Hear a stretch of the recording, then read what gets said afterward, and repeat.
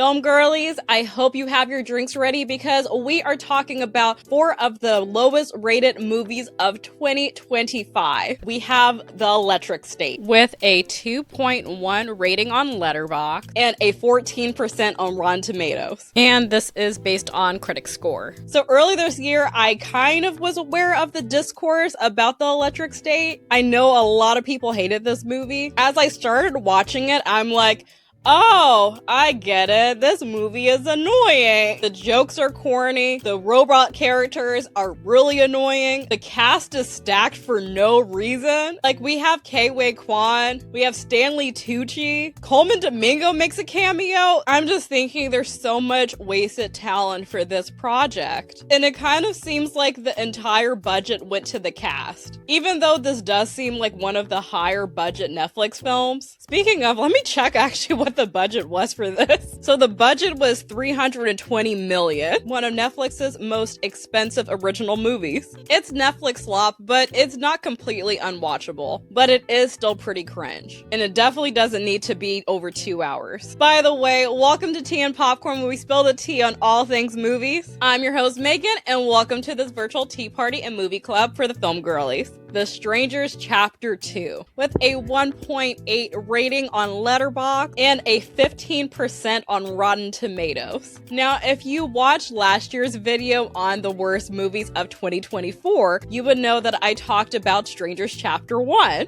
And unpopular opinion, I didn't mind that film. I actually had such a fun time watching it with my best friend Hannah, so I just really didn't understand the vitriol over that movie. However, Chapter 2, I do understand the vitriol towards this movie. Is it completely horrible? No, absolutely not. But it definitely is more slower paced. In fact, a little bit boring. Our girl Maya is going through it in this film.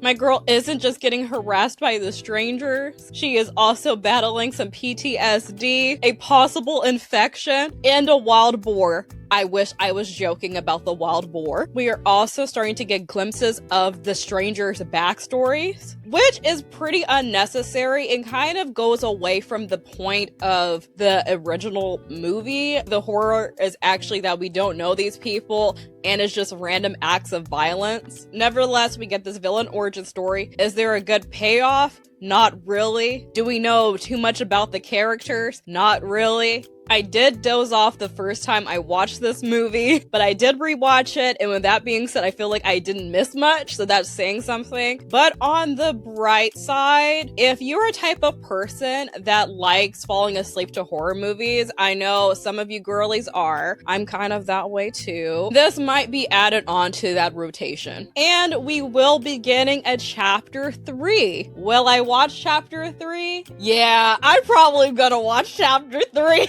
I'm not gonna hold y'all. So to keep the tradition going, this might be on the list for next year. Hurry Up Tomorrow, with a Letterboxd rating of 1.8 and a Rotten Tomato score of 14%. I am very surprised that this film even got an audience score of 61%. I watched this film on a flight and I was just so perplexed by it, but I'm really glad that I didn't watch it on the big screen because the film is literally dizzying. To be honest, this barely feels like a movie. It feels like a glorified Weeknd music video, and it kind of is that. It was a companion piece to his album Hurry Up Tomorrow. And film girlies, let me know in the comments if you did check out that album too. Is it a pretty good companion piece to the movie? I am very curious because I haven't listened to The Weeknd in a hot minute. I'm surprised that Hurry Up Tomorrow even had a theatrical release. But of course, The Weeknd or Abel Tesfaye, it seems like he's willing to do a rebrand as an actor. He just came from The Idol, which was a very controversial TV show, and a lot of people didn't like his performance with that. The performance is also very let me just roll the clip. Hope you able, but Shut the fuck up! Shut the fuck up! Shut up! What are you doing? What the fuck are you doing? I have to go right now. I'm getting calls. I have to catch a flight. I'm on a tour. I'm trying to be fucking nice. You see I'm trying to be nice right now, right? You're forcing me to be bad, but I'm actually doing a good thing. Is that, and he's like playing a version of himself. I feel like The Weeknd tried to do something very similar to Purple Rain, you know? There was absolutely no chemistry between The Weeknd and Jenna Ortega. There was something about like this film being slightly based or inspired by the film Misery. Hey, it's Editing Meg here. I was looking back while I was researching this to see if there was any solid articles or anything talking about if it is confirmed that this film is a loose adaptation or even inspired by the film Misery. And I don't really see too much solid evidence. I don't see any sources saying, yes, this is explicitly inspired by Misery. Comment if I'm wrong, let me know. But this next section is just talking about that. So yeah, nothing solid, but it's just kind of like me addressing the comparison. There is a Misery-like sequence where The Weeknd is tied up and Jenna Ortega is like the crazy fan that tied him up, but that doesn't come until like, I kid you not, probably the last like 15-20 minutes of the film, and most of it is just vibes and The Weeknd being on stage and very dizzying shots, and yeah, it's just vibes. That's what the movie is. It's just like things happening. But yeah, this movie is barely a movie. This movie could have been an email. And actually, upon further reflection and when I was gathering clips for this video, I realized that this movie is just not for cinephiles, even casual film-going people. It's really for The Weeknd and his fans, and that is totally valid. And to go back to my point earlier about the audience score, yeah, I think that audience score is really of Weeknd fans that really get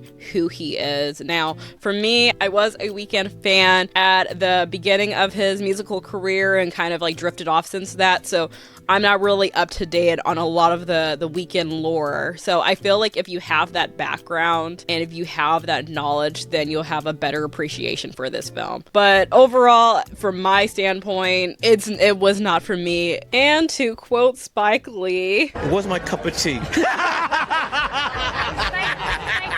Not my cup of tea. That's how I feel about Hurry Up Tomorrow. And finally, worst movie of 2025 in the worst rated War of the Worlds, with a Letterboxd rating of 1 out of 5 and a Rotten Tomato score of 4%. Oh, 4%.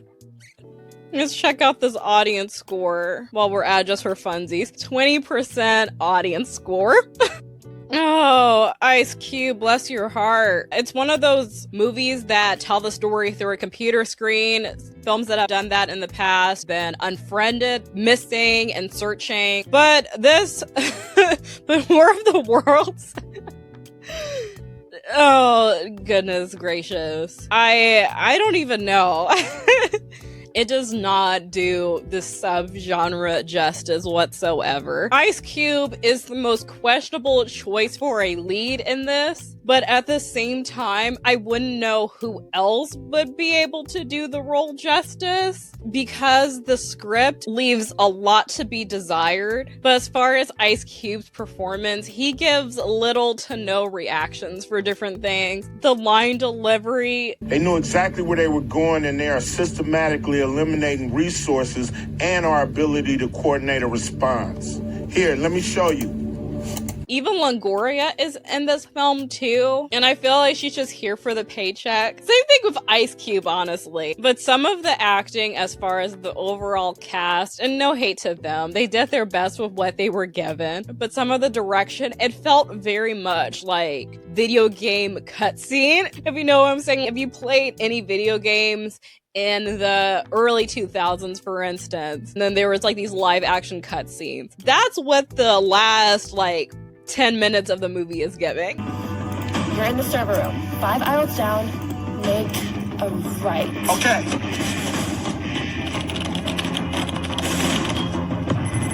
Well, there must be 10 right on top of you. One penetrated the building. There's a lot of very silly lines of dialogue. Gladys It's dinner time. It is barely a so bad it's good watch. There's a lot of slow parts. It's also very corny. The effects are not great either. Okay, I'm curious about what the budget is for this movie, so I'm gonna look that up. Okay, allegedly this is a low budget film, with it being below 10 million, and this was filmed during COVID lockdown, which does make sense why it's like all on a computer screen. And that's what I was kind of thinking too. The film is giving pandemic movie, but honestly I feel like you don't need a big budget to tell a great story. Like Sean Baker's Tangerine was a low budget movie, but that is really good. Speaking of underrated alternative Christmas movie, great movies for people that don't like Christmas movies. But going back to War of the Worlds, it's like, it just made me just feel sad. It's not even a fun watch. I much rather watch a Tubi movie. In fact, I've seen better Tubi movies than War of the Worlds. Tiffany the Doll?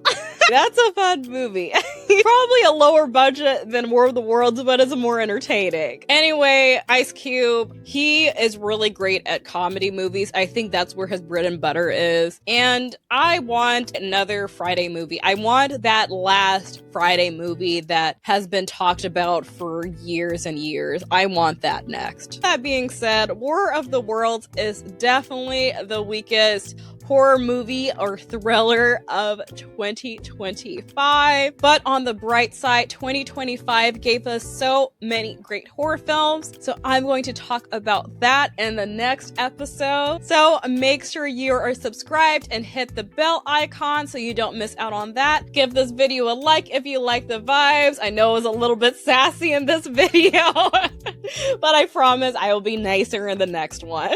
And with that being said, I will see you in the next party. Bye-bye.